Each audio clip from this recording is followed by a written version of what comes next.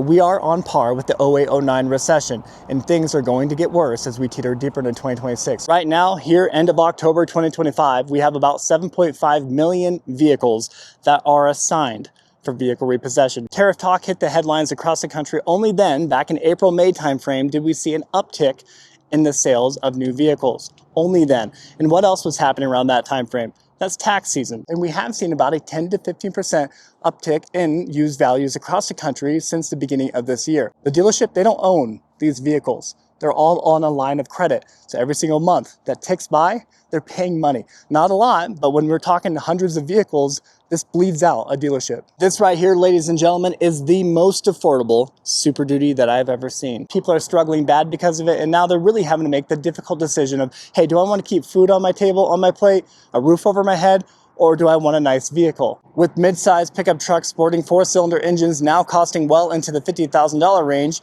well, it's no surprise as to why. You see just lines upon lines of them sitting on dealership lots. That's where they make their money. That service bay, bringing it in for all that maintenance and routine maintenance, predatory lending from banking institutions. If you have challenge or subprime credit, get ready to get hit with a 20% or more interest rate. A huge lineup of unsold brand new Toyota RAV4s of various trims. That's saying something, ladies and gentlemen. Because the F-150 Lightning has done so poorly, because of Mustang Mach-E has done so poorly, that means vehicles like the Ford Escape here, the Ford Broncos over there, their price tags, they're going to go up just a little bit, but just enough to try to save their bacon with their losses in their EV segment. The value plummets, right? At least 10 to 15% the second you drive these vehicles off a lot. Hey YouTube, Untamed here. Dealerships across the country are struggling bad to sell their new vehicle inventory. And that's because, well, let's face it, new vehicles, they cost way too much.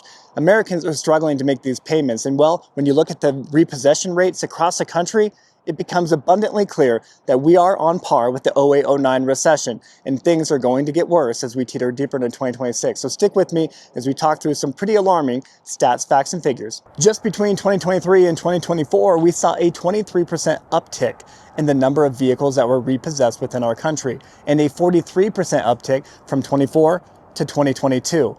That growth rate continues here in 2025. We're on track to see over 2 million vehicles repossessed this year, compared to the 1.75 million that were repossessed in 2024. And really, that doesn't come as too big of a surprise when you look at the average cost of a new vehicle today. Just looking at these big body Broncos, the average right here within this huge lineup here, I would say is about $65,000 to $68,000. A couple of them, like the Bronco Raptor here, over $90,000. I think 94 grand for that particular one. Pretty wild. And every dealership right now looks like this. We have so many unsold 2024 and 2025 units sitting, while of course 2026 models are beginning to hit dealership lots. This growth rate is astounding. It is unprecedented.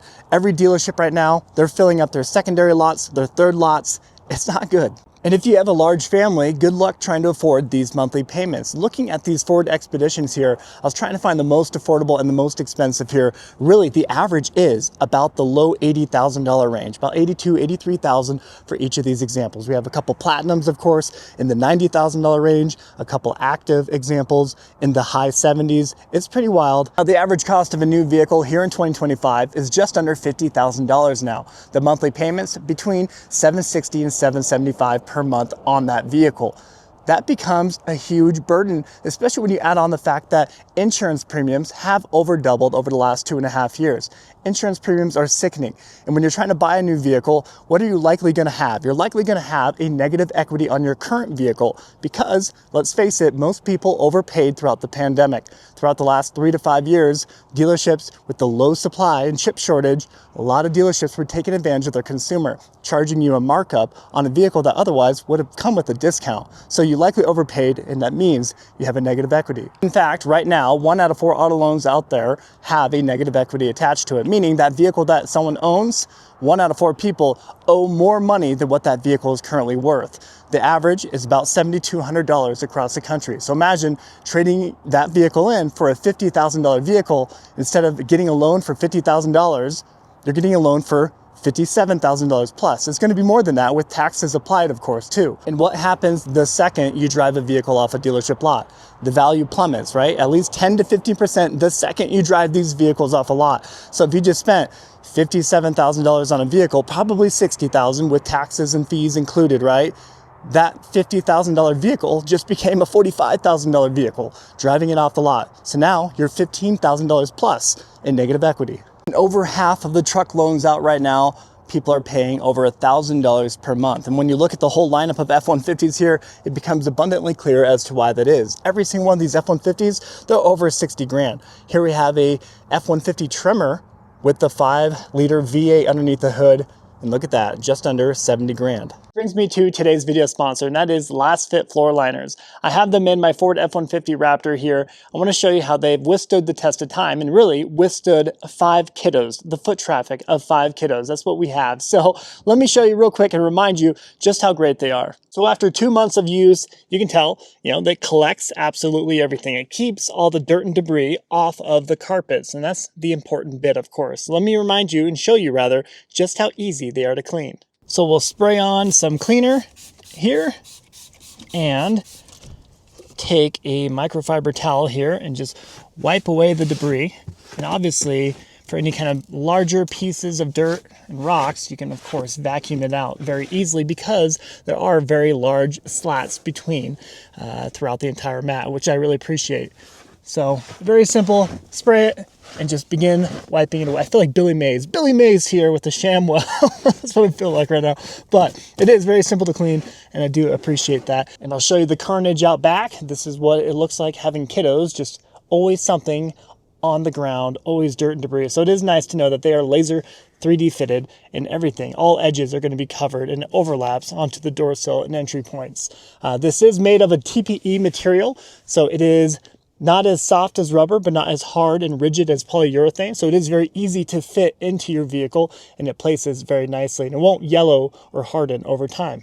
And after about 25 seconds of wiping it down, this is kind of what you're going to end up with. So very easy, very quick cleaning process in general. And thank you and shout out to Last Fit Floor Liners. Really appreciate the products that they produce. I'll put the latest and greatest discount code in the video description, as well as my affiliate link. Please consider using it if you are interested in picking up a set for yourself. And we know repossession rates are going to continue to rise. When you just look at the number of vehicles that are being assigned for repossession, that's when a banking institution or a lender determines, hey, this individual over here, they have failed to make their last 1 or 2 payments.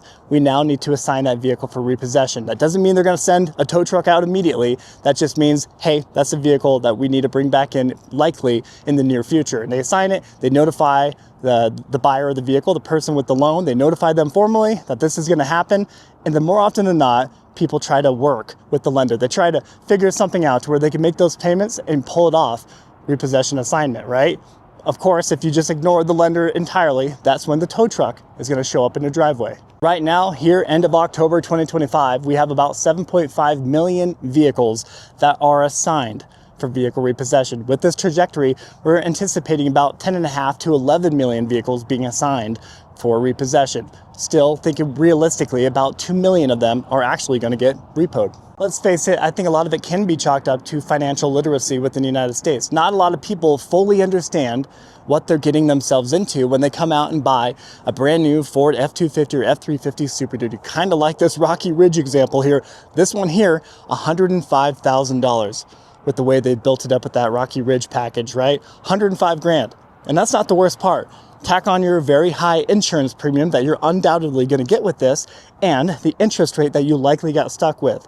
The national average right now on a new vehicle purchase is about 7% still on a new vehicle, about 11% on a used vehicle. And heaven forbid you have challenge credit or subprime credit, get ready to fork over maybe 15 to 20% interest rate on a vehicle like this. Sickening. And people don't realize what that means. If they take a 60-month loan out or a 72-month loan, and we're seeing a lot more of this, an 84-month loan on that vehicle over there with an 11% interest rate, get ready to have spent $160,000 to $170,000 throughout the course of the loan with 11% interest rate. Pretty wild. And let's face it, most folks who do end up getting a loan that large with an interest rate that high, they do one of two things. So you either pay off the vehicle sooner, of course, to get away from it the best they can, or it ends up being repossessed. They look at how much they're paying every month. They look at how much is going toward the principal of that loan amount and how much is going toward interest. It's sickening. It is sickening to see the difference there. And they realize, holy cow, I still owe over $100,000 on this used truck now that's worth about $65,000. I'm not gonna make these payments. That's how they feel. Now, as you imagine, there's a lot of F-250s and F-350s and F-450s that are teetering toward the six-figure point in price tag. I want to show you purposely the most affordable options. I'm showing you this one because you don't normally see a dually spec'd XL F-350. This one's sporting the 6.7 liter power stroke, not the high output, but there you have it.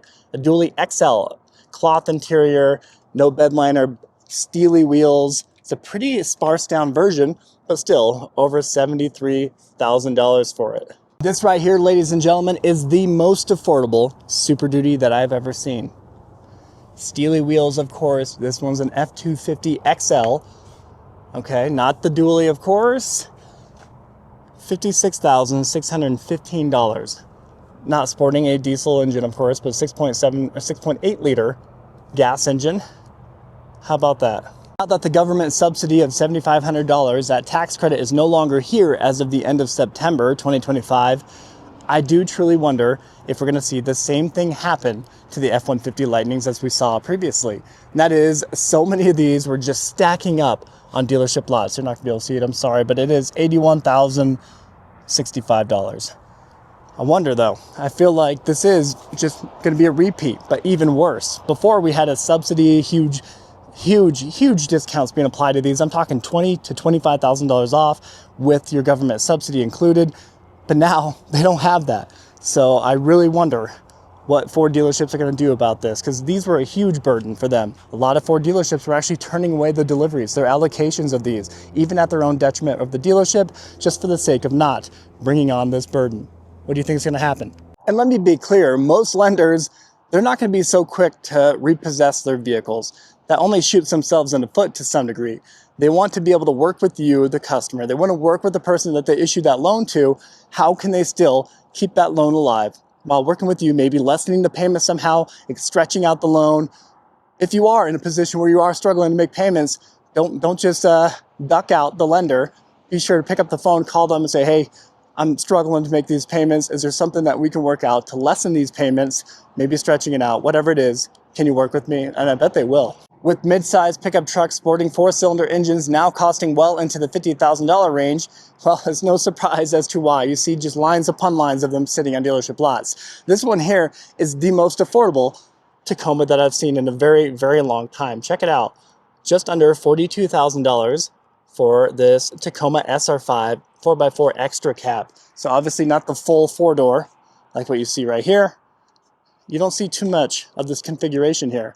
That price point, well, a lot better than the $55,000 example right here. Sorry guys, I know if you frequent my channel, you hear me talk about this often, but I do truly believe that the Tacoma is a prime example of that major problem that we see from so many vehicle manufacturers, where they outsource production of a vehicle, a once very popular nameplate like the Toyota Tacoma, outsourced it entirely to a cheaper labor country like Mexico, and they still had the nerve to uptick the price points. Look at this, 20 to 23% higher than the previous generation that sported a naturally aspirated V6. Now you only get a turbocharged four-banger, and look at that price tag, just under 60 grand, well into the 60s after taxes and fees, of course, right?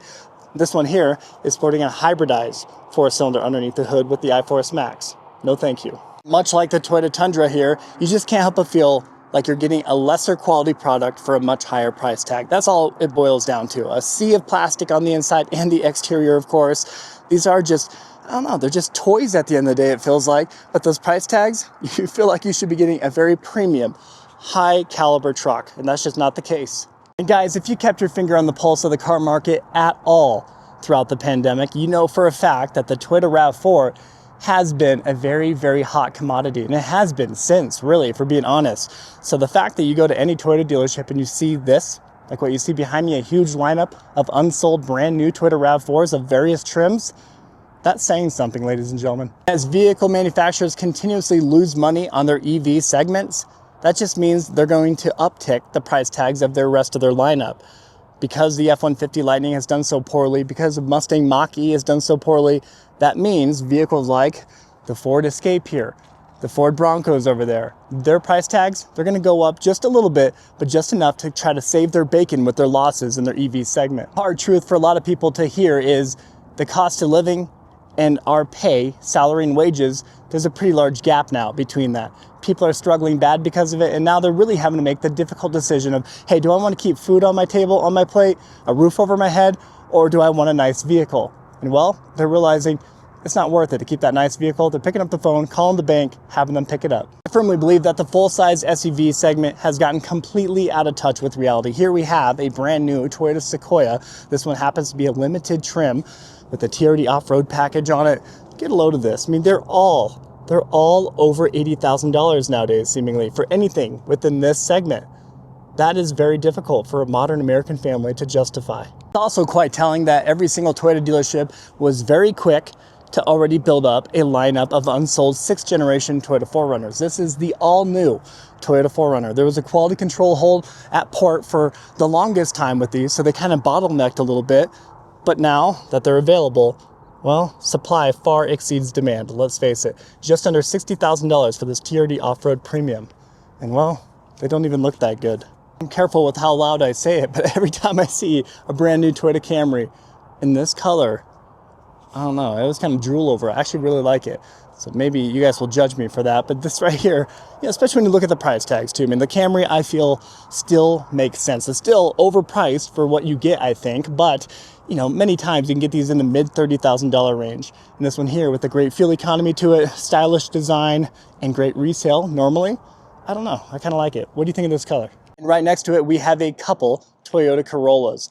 These right here, they make sense financially. A lot of Americans can easily justify this kind of monthly payment. So $26,000, just under $27,000, on a 60-month loan, that is extremely doable, right? For a lot of Americans. They can do that without suffocating to death. The thing that we witnessed in recent years is predatory lending from banking institutions. If you have challenge or subprime credit, get ready to get hit with a 20% or more interest rate.